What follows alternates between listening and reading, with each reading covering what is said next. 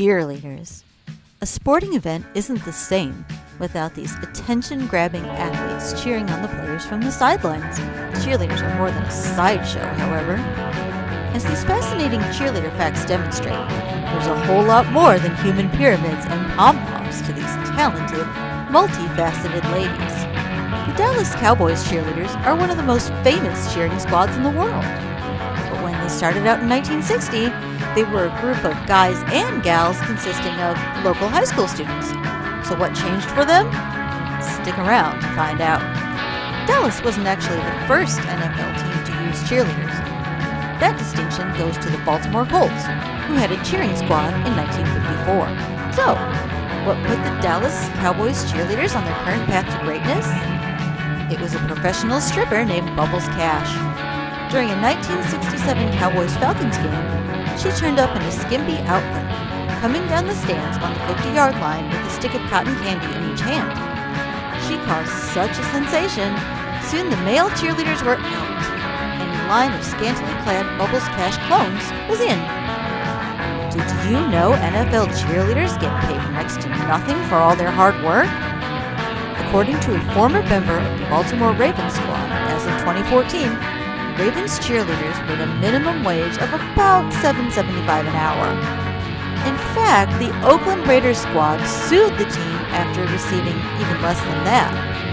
And this doesn't even take into consideration the mandatory hair and makeup sessions. A salon session can cost upwards of $1,000. And while the team provides some vouchers to help pay for these expenses, the vouchers generally go to those cheerleaders with the most seniority. Bottom line, until the NFL makes serious changes, you have to really be committed to cheerleading to make the sacrifice worthwhile. If you cheer for the Oakland Raiders, expect to do a lot of community service. Raiders cheerleaders are required to attend a minimum of 10 charity functions every year.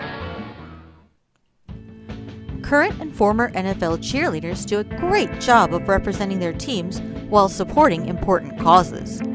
Just one example is Sweethearts for Soldiers, an organization of former cheerleading pros whose mission is to give back to members of the military and their families. Not seeing as much of the NFL cheerleading teams as you'd like? If you're watching the games on TV, you're going to see an average of 3 seconds of cheerleaders.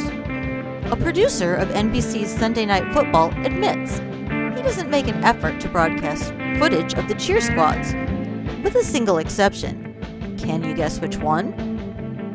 That's right, it's Dallas. There are actually 6 NFL teams that don't employ cheerleaders: Chicago, Cleveland, Detroit, Green Bay, Pittsburgh, and San Francisco. What's up with that? I would love to see a pride of Detroit Lionesses take the field. Here's a fun fact. Phyllis Smith, the Missouri-born actress best known as Phyllis Vance on the U.S. version of The Office, was a cheerleader for the St. Louis Cardinals in the 1970s and 80s. The actress, who also voiced the character Sadness in Disney Pixar's film Inside Out, was forced to quit performing the athletic dance moves of a Cardinal cheerleader because of a knee injury. Bummer. Here's an even more surprising fact. The injury also ended her burgeoning career as a burlesque dancer. Surprisingly, hearing is not a job requirement for professional cheerleaders. Melissa Pulio Adams of the San Diego Charger Girls proves this point. She is hearing impaired. How does she overcome her disability? Simply, she uses visual cues to time her dance moves rather than relying on being able to hear the music. Ready for one more fast fact? Okay, here we go. The average age for an NFL cheerleader is 25. Did you notice which cheerleader pic we showed twice? Which team did she belong to? If you figured it out, leave a comment below. Be sure to watch again if you need to. We hope you've had fun and learned something about professional cheerleading. Don't forget to give us a thumbs up and subscribe for more facts you couldn't possibly live without.